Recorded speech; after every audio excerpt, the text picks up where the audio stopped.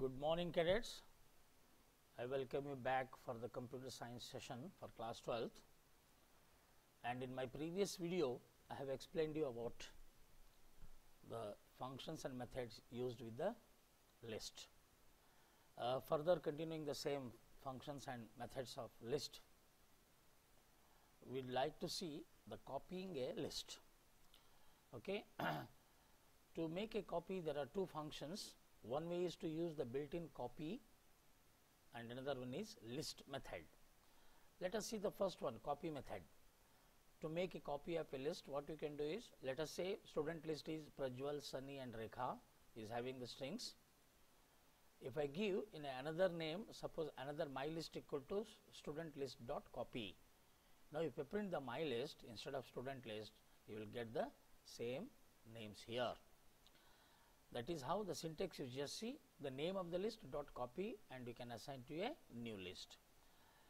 Another way of making a copy of a list is, okay, you can list into bracket, you can use the name of the list, that also it will be created. You can see here, okay, my list equal to list of student list and print my list means actually your original list is student list, whereas the my list is the new list is to be created. So by using a function list, definitely you can make a copy of this into the another one. So moving ahead, the same thing illustrated here.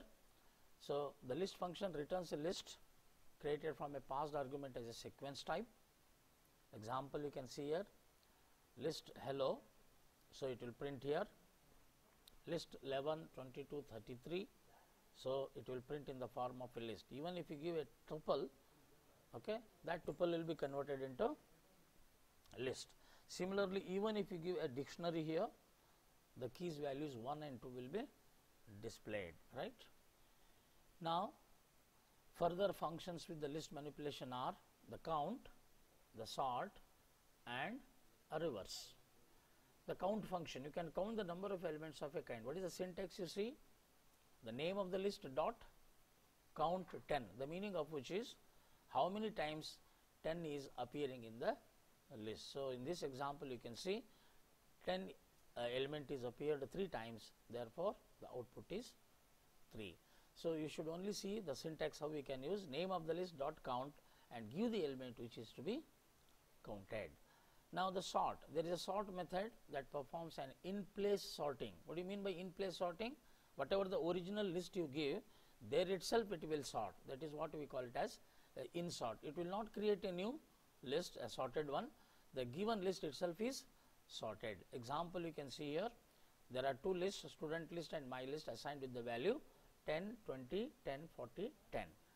Now if I give my list dot sort and if I print my list, then it will be 10, 10, 10. So it will be sorted out because you have used my list dot sort function, right.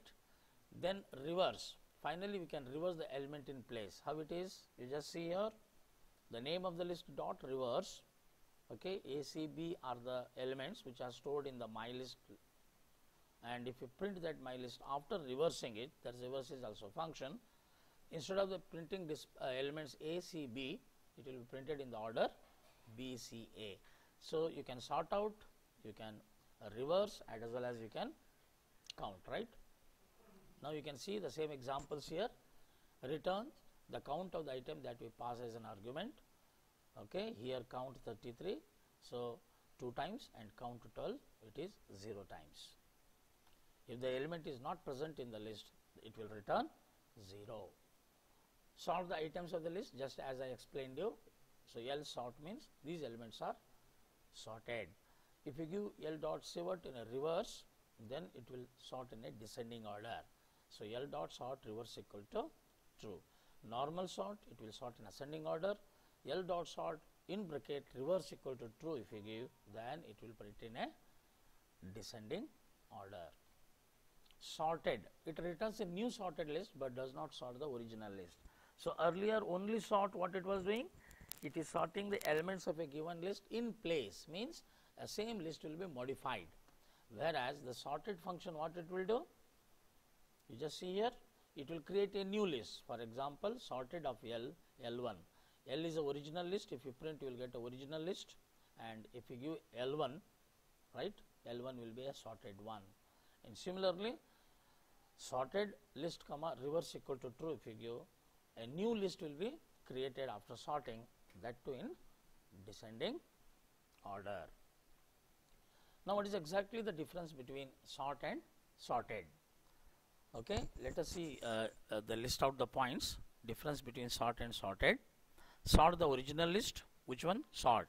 Sorted does not sort the original list, and sort does not return the sorted list, whereas the sorted will return the new original or a new sorted list.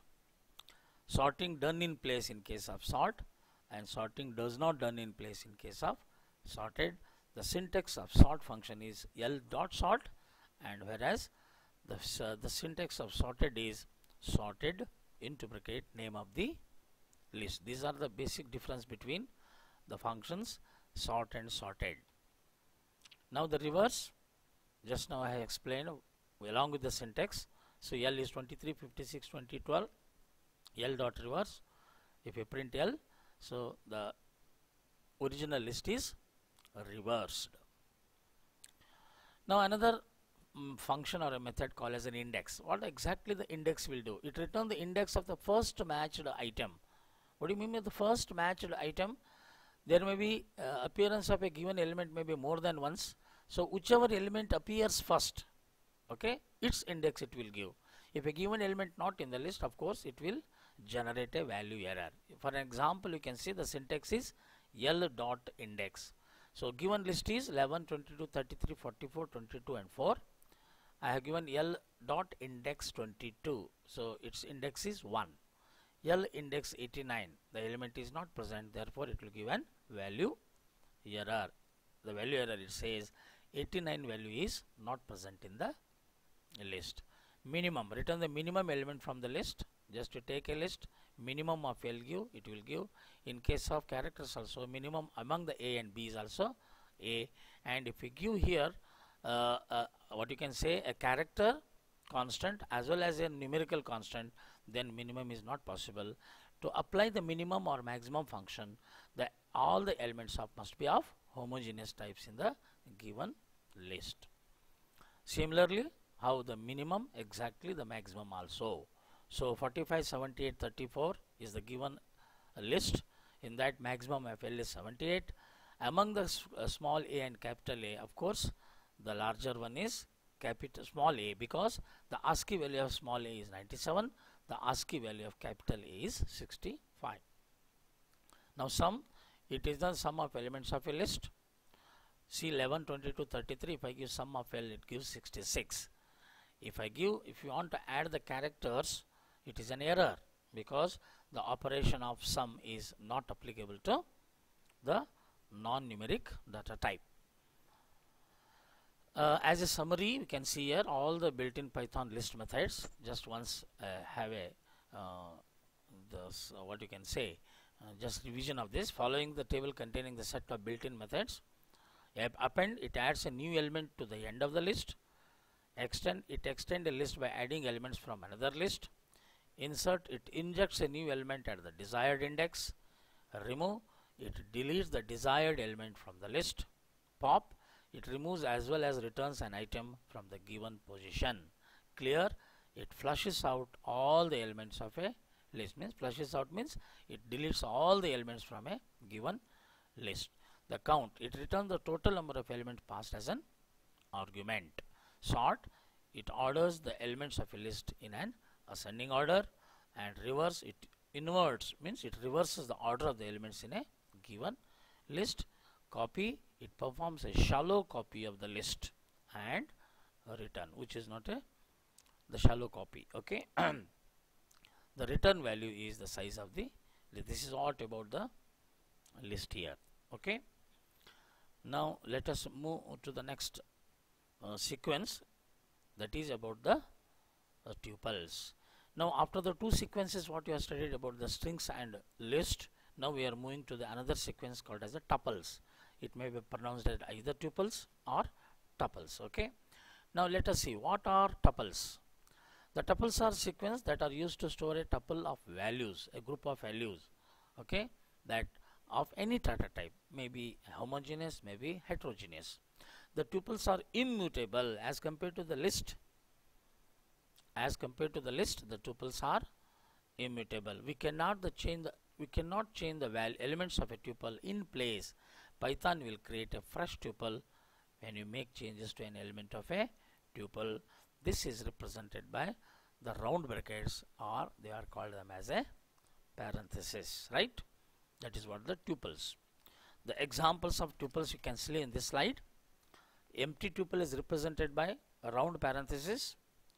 If we say tuple of integers 1, 2, 3, if I say tuple of numericals, that is both including integer and float, you can see 1, 2.4, 3.5, 9, because the members of this tuples both integer as well as float. I can also have a tuple of characters given in single quotes A, B, C, or the character constants.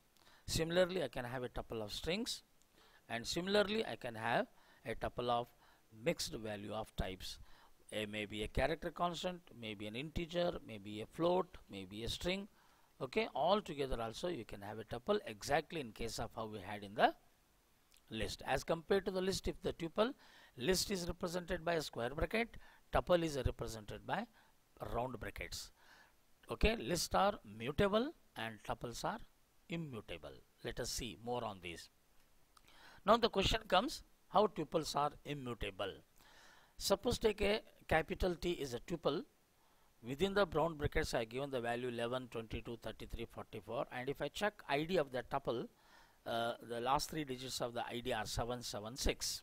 Now if I make an attempt to assign a value 23 at index T of 0, it gives a type error, because tuple object does not support this kind of assignment, right? And if you see ID of T now of another 10, 20, 30, 40, once again if I assign another set of values to the capital T tuple, then its ID will be difference. Every time when you create a new tuple with the values, then its ID will be difference. That's why it is called as a immutable data type. If you make an attempt to change any of the values in the tuples, then it will not allow you, because that kind of assignment is not supported by tuples. Now how to create a tuple? To create a tuple, put number of expressions within the parenthesis, use a round bracket to indicate the start and end of the tuple, and separate the items by commas. The empty list is empty round brackets which length is 0. To create an empty tuple, we can write it in the two forms. One is T equal to tuple you can give, or capital T equal to empty brackets you can give. Now one speciality with the tuple, whenever you want to add a single element, to construct a tuple with one element, just you have to add a comma after that element. You can see here T equal to 3 comma, or T1 equal to 5 comma. In bracket also you can give with the comma, or without bracket also you can give comma. So if you see the data type of that particular T, it will give it as a display. The way of assigning T equal to 3 comma, or way of assigning T1 equal to within the brackets 5 comma, both these ways are creating a tuple. Now what do you mean by a long tuple? If a tuple contains many elements, then to enter such long tuples, we can split it across several lines as given below. You can see here this tuple T is having so many values, right? It is what you can say, it is split. This values of these tuples are splitted in so many lines, 1, 2, 3 lines, and the moment if you enter, it will display that. Means as a empty tuple you can have, a average number of elements will be there, as minimum the average size of a tuple, or even you can create a long tuples. Now the question comes about a nested tuple. How we had a nested list, in a similar way we can also have a nested tuples. If a tuple contains an element which is a tuple itself, then it is called as a nested tuple. Similarly, nested list also, if a list contains an element which is a list itself, then it is a nested list. Now take an example here, T1 equal to 11, 22 and one more element 10, 20, 30, comma 44. If I ask what is the length here, 1, 2, 3, 4. Okay.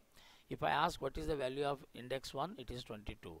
If I ask the values of what is the value of a element stored in index 2, it will be 10, 20, 30. Suppose I am interested in the value 20, what I should give? T1 of 2 into 1, the meaning of which is basically the value stored at index 2, since it is also a tuple, the value at index 1. So in this internal tuple, the index 0, 1, 2, therefore 1 means it will display 20. Now in case of tuple, there is a requirement of a function called as eval. Eval stands for evaluation function. Whenever you are inputting elements, you need to give eval. What is the requirement? Let us say to input elements in the form of a tuple, we use eval instead of a tuple. Why it is so? Tuple, it will create a tuple using individual characters as elements. If you don't give it as eval, whatever the numerical values you are giving as a members of a tuples will also be treated as only character constant instead of numericals. Enter the elements. For example, you can see without eval we have done t equal to tuple input enter elements, print t. So I have entered the elements 23, 46. Okay. Now the moment if you print it, so out of 23, 2, 3, out of 46, 4, 6, 86, 8, 6, 8, 9, 8, 9 means it will print as a characters. So instead of a tuple input, if you give eval input, enter the elements. Okay. Now the eval means you are entering the elements of a tuple only. It is understood. No need to have a keyword tuple in this case. So t equal to eval input enter elements, print t 43, 56, 78. Okay. And then if you print and see, it will print in the form of a tuple 43, 56, 78. Enter elements 45, 56. So in the list also, if you give here square bracket, so you can also have a list exactly in the same way, right? Is it clear? Okay. So the importance of eval function you understood? The eval function is used to treat the numerical values entered as a member of a tuple in the form of a what you can say numericals only.